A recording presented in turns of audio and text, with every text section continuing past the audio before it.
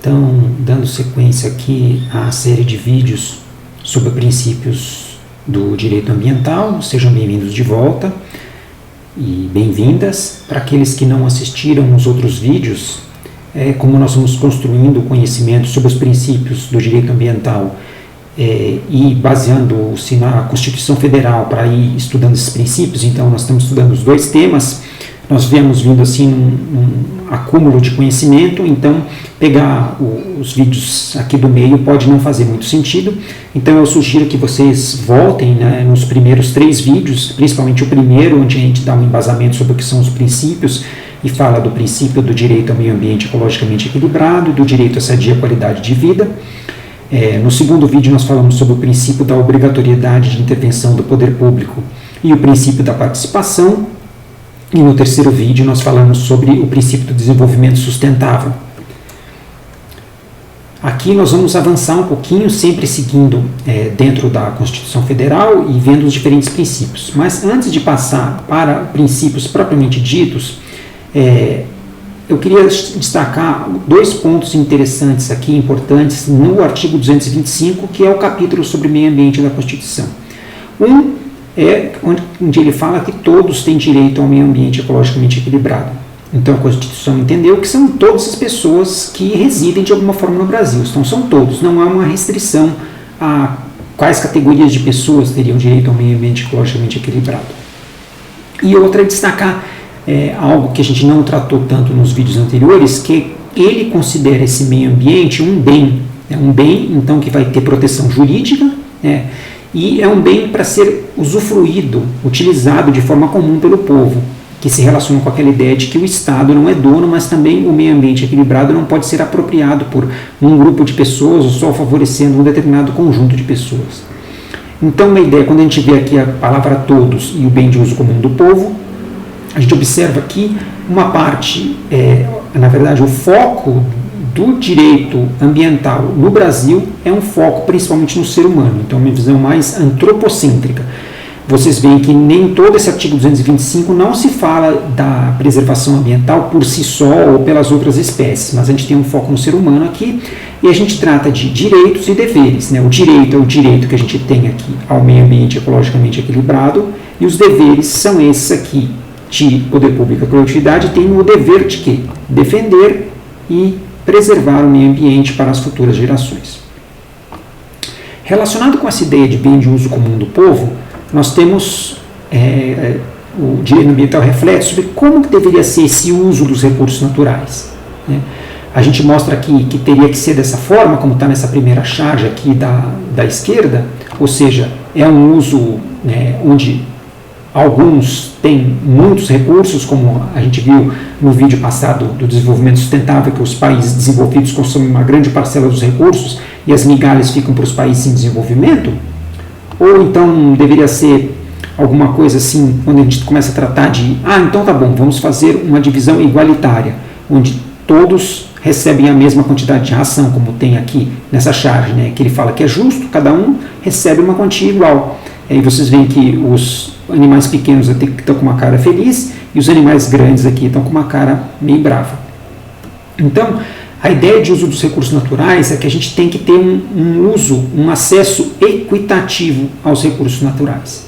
E a ideia a diferença entre igualdade e equidade está nesse cartão aqui de cima, nessa imagem aqui de cima, onde igualdade, onde cada um recebe a mesma quantia do recurso, no caso o recurso caixote, e equidade, onde cada um recebe a quantidade de caixotes de acordo com a sua necessidade. Assim, o senhor mais alto não recebe nenhum, o menino de tamanho médio recebe 1 e o menino pequeno recebe 2 caixotes. Então, a cada um de acordo com sua necessidade. Essa que é a ideia de igualdade, está aqui em inglês, equity. Essa que é a ideia de equidade, Equality seria igualdade. Então, a ideia é que você tenha um acesso equitativo aos recursos naturais, ou seja, que as pessoas deveriam ter acesso de acordo com suas necessidades. Embora nós tenhamos alguns poréns aí. Por exemplo, um dos primeiros poréns é que deveria ter uma certa priorização para aquelas pessoas que moram próximas ao recurso, que é uma coisa que normalmente não acontece. Alguns tipos de recursos ambientais, a gente está ilustrando aqui com água, mas a gente pode pensar em água, energia elétrica ou até petróleo, Quem fica com o ônus da exploração desse recurso, com a degradação ambiental, geralmente são as comunidades próximas, e quem fica com o bônus são as comunidades urbanas distantes daquele recurso natural. Então, dentro do princípio do acesso equitativo, se analisa que as comunidades próximas deveriam ter uma prioridade de acesso. E também a questão da necessidade, né? Nós temos também que ponderar que às vezes empresas podem ter teoricamente uma necessidade maior, mas nós temos que ter também uma certa priorização entre as necessidades para que seja atingida uma equidade mesmo, né? Onde certos usos sejam priorizados em relação aos outros. E necessidade futura muitas vezes não pode ser um argumento para algumas pessoas ficarem sentadas em cima de um recurso quando há outras pessoas que estejam precisando daqueles recursos. Então, considerando como um todo, a gente tem essa ideia de que o acesso aos recursos naturais deveria ser equitativo. Muitas vezes esse princípio também é aplicado como sendo assim, o benefício que a gente pode, como sociedade, benefício financeiro, por exemplo, ou de conhecimento, usufruir a partir do acesso aos recursos naturais, tem que ser compartilhado igualmente também com as comunidades que estão cedendo aqueles recursos ou cedendo aquele conhecimento. Muito bem. Vamos continuar então aqui na Constituição Federal. Então a gente já fechou o artigo 225, o caput, né, essa parte inicial, que nós já vimos várias vezes ao longo da última série de vídeos, e aí começam os parágrafos, né? Parágrafo, para quem não conhece, é esse símbolo aqui, que parece duas cobrinhas aqui. Tá? Então, dentro do artigo 225, os parágrafos ficam encaixados dentro do artigo. E aí esse artigo primeiro ele vai falar uma coisa assim: para assegurar a efetividade desse direito. E qual o direito que a gente está falando? Esse aqui em cima, né? Direito ao meio ambiente ecologicamente equilibrado. Então, para garantir que esse direito seja efetivo, ou seja, que as pessoas possam ter esse direito, incumbe ao poder público. E aí vocês já vão pensar que já está de novo algum princípio que nós já conhecemos, vimos aqui nos outros vídeos, né? Porque está tratando de uma incumbência, de uma tarefa, de uma determinação de coisas que o poder público deve fazer. Ou seja, nós estamos tratando aqui de deveres do poder público. E deveres do poder público, que princípio que nós tratamos? Sim, justamente o princípio da obrigatoriedade da intervenção do poder público, que é tratado no segundo vídeo. Pois bem, então dentro desse parágrafo primeiro, então nós temos uma estrutura hierárquica, né? Dentro do artigo nós vamos ter parágrafos, dentro do parágrafo nós vamos ter esses números romanos aqui, que nós chamamos de incisos. Tá? Então, dentro do parágrafo primeiro, que vai falar das tarefas, dos deveres, das incumbências do poder público, o primeiro deles diz mais ou menos assim, mais ou menos não, diz exatamente assim: preservar e restaurar os processos ecológicos essenciais e prover o manejo ecológico das espécies e ecossistemas. Aqui a gente precisa de um certo aviso, que muitas vezes a gente vai encontrar uma linguagem que para aquelas pessoas que vêm da área biológica, ou da área geográfica, que vêm da área das ciências naturais, vão achar alguns termos às vezes muito estranhos, né? Restaurar processos ecológicos, né? A gente está mal começando a conhecer direito os processos ecológicos, que dirá restaurar esses processos, né? A gente não tem ainda conhecimento para restaurar os processos em si. Nós restauramos, por exemplo, uma vegetação e temos alguma noção de que alguns processos ecológicos vão ser restaurados com isso, alguns serviços ecossistêmicos, algumas funções ambientais, mas nós não temos ainda um conhecimento detalhado para poder restaurar os processos ecológicos em sua plenitude. E outra, prover o manejo ecológico. Manejo ecológico é uma expressão meio estranha, né? A gente conhece só em biologia manejo das espécies e ecossistemas. Tá? Mas o que interessa para nós aqui é ver os princípios que estão por trás disso. Então, se nós voltarmos a uma palavra nova que apareceu aqui, é essa palavra de restaurar. Né? Restauração refere-se sempre a algo que foi danificado. Então, isso está relacionado a um princípio muito conhecido no direito ambiental, que é o princípio da reparação. E essa reparação, que esse princípio orienta que as degradações ambientais devem ser reparadas, ou seja, o poluidor, o degradador, aquela pessoa que causa um dano ambiental, ele tem que, de alguma forma, reparar aquele dano que foi causado. E dentro do princípio da reparação, nós vamos encontrar que essa reparação pode ser feita de diferentes formas. Então, prioritariamente, né, a forma principal, a forma preferida de reparação é a recuperação ou restauração, que é você tentar voltar o ecossistema a uma situação idêntica, ou em muitos casos que não pode ser idêntica, similar à anterior. Então nós temos aqui um exemplo onde tínhamos uma terra nua, degradada, e onde se iniciou um processo de recuperação florestal, onde já temos aqui até uma série de arbustos e tal, ainda tem bastante caminho a ser percorrido até chegar num nível florestal, mas é esse tipo de atitude que nós estamos falando, recuperar o meio ambiente de uma forma idêntica ou o mais semelhante possível ao que era antes. Antes da degradação, né? Não a situação aqui que eu coloquei como antes, que é antes do início da restauração. Né? Nós queremos que ele volte a como era no início, né? Antes de ter ocorrido uma degradação ambiental. Então não é simplesmente você dar um tapinha na árvore aqui que foi cortada e dizer que vai ficar tudo bem, certo? A segunda forma de reparação, quando não é possível recuperar, é você compensar. E o que significa isso? Aí você pode, por exemplo, promover o plantio em um outro local pertencente ao mesmo bioma, ao mesmo ecossistema, à mesma bacia hidrográfica, que às vezes há uma determinação que seja na mesma bacia. Então você não pode recuperar uma determinada área, por exemplo, um lago de hidrelétrica. Depois que teve aquela degradação, já teve, não tem como secar o lago e plantar as árvores de novo, a hidrelétrica foi implantada.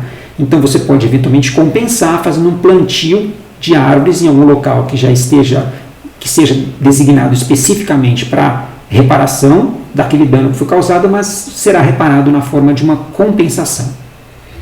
E por último, e muitas vezes não excludente com as anteriores, você pode indenizar as pessoas que foram afetadas ou até mesmo indenizar o Estado pelo dano ambiental que foi causado. Então nós vamos ver assim, um caso bem conhecido de todos, que são os desastres de Brumadinho e de Mariana. Nós vamos ter as três formas, ou seja, recuperar a mata ciliar naqueles locais que for possível. Nos locais que não for possível, provavelmente vai ter uma proposta de compensação, e nós estamos tendo várias indenizações para as pessoas e comunidades que foram afetadas.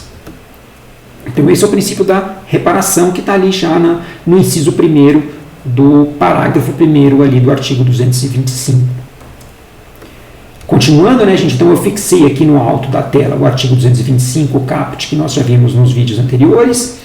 Vou fixar o parágrafo 1º, que é o que vai tratar de todas as, como a gente viu, todas as incumbências, todas as tarefas, todos os deveres do poder público.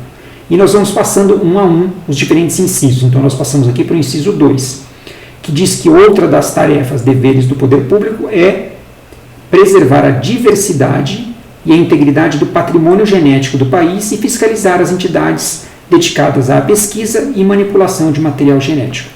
Então nós estamos tratando aqui de uma coisa já mais específica, né? Embora a Constituição estabeleça normas mais gerais, nós estamos tratando já de aspectos mais específicos. Passando aqui para o item 3, o inciso 3º, ele vai tratar, no fundo, né, toda essa redação aqui vai tratar da criação de unidades de conservação. Porque olha como ele fala aqui, ó, definir em todas as unidades da federação. Então a gente vai pensar que unidades da federação são os estados, né, e o Distrito Federal. Espaços territoriais, então determinadas regiões e seus componentes, ou seja, seus componentes abióticos, né, não vivos, rocha, solo, rios, e seus componentes bióticos, flora, fauna, micro-organismos, fungos, a serem especialmente protegidos, ou seja, protegidos de uma maneira maior do que o resto do território é protegido. Ele tem um grau especial de proteção. E aqui nessa parte final vem uma coisa interessante que vale a pena a gente prestar atenção, que a alteração, ou seja, a alteração do status de proteção de uma unidade de conservação, ou a supressão, ou seja, a eliminação do status de um local conservado, elas são permitidas somente através de lei. O que quer dizer isso? Então, a criação de uma unidade de conservação ela é feita por decreto normalmente. Né? Decreto, uma medida do Poder Executivo. Então, um decreto presidencial ou um decreto de um governador pode criar uma unidade de conservação. Por exemplo, vamos pensar aqui, o Parque Estadual da Serra de Boa Esperança, aqui em Minas. Ele foi criado por um decreto do governo de Minas. O Parque Nacional da Serra da Canastra foi criado por um decreto do governo federal. Mas se eu quiser mudar, por exemplo, esse Parque da Canastra para ter uma categoria de proteção menor, por exemplo, transformar ele numa APA, numa área de proteção ambiental, eu só posso fazer isso através de lei, ou seja, através do Poder Legislativo. Então, isso é uma maneira de impedir que, quando haja troca de governantes, você cria uma unidade de conservação, o governante seguinte de outro grupo político, ele tira aquela unidade de conservação, aí volta o primeiro partido, cria a unidade de conservação de novo, então, para evitar essa possibilidade de criar e descriar a bel prazer, para, digamos assim, descriar uma unidade de conservação ou alterar só através do poder legislativo. Tem aí uma brechinha que os governos têm usado, que é a medida provisória. Né? Medida provisória é algo que vem do Poder Executivo Federal e o Congresso Nacional tem que votar ela. Então, ela depois acaba virando lei, ela pode ser convertida em lei, mas ela vem do Poder Executivo. Então, já aconteceu isso antes de alguns presidentes embutirem dentro de alguma medida provisória alguma alteração de unidade de conservação, principalmente mudança dos limites. E por fim, ele fala ainda que para essas áreas especialmente protegidas é vedada, ou seja, é proibida qualquer utilização que comprometa a integridade daqueles atributos. Quais atributos? Os atributos físicos que nós comentamos, né? Os atributos físicos e os atributos bióticos, abióticos e bióticos, que foram os atributos que levaram à criação dessa unidade de conservação. Então, criou uma unidade de conservação para proteger uma espécie ameaçada, para proteger um bioma ameaçado, um ecossistema frágil, algum rio importante, enfim. Então, qualquer utilização que vai comprometer esses atributos é proibida, isso já via Constituição. E só para a gente ter uma ideia aqui, esse é um mapa geral do Brasil aqui, com as principais unidades de conservação. Ele já está desatualizado, né? Um mapa de 3 anos, com as unidades de conservação federais em azul escuro, em verde escuro, estaduais em verde médio e municipais em verde claro, que quase não dá para a gente ver aqui.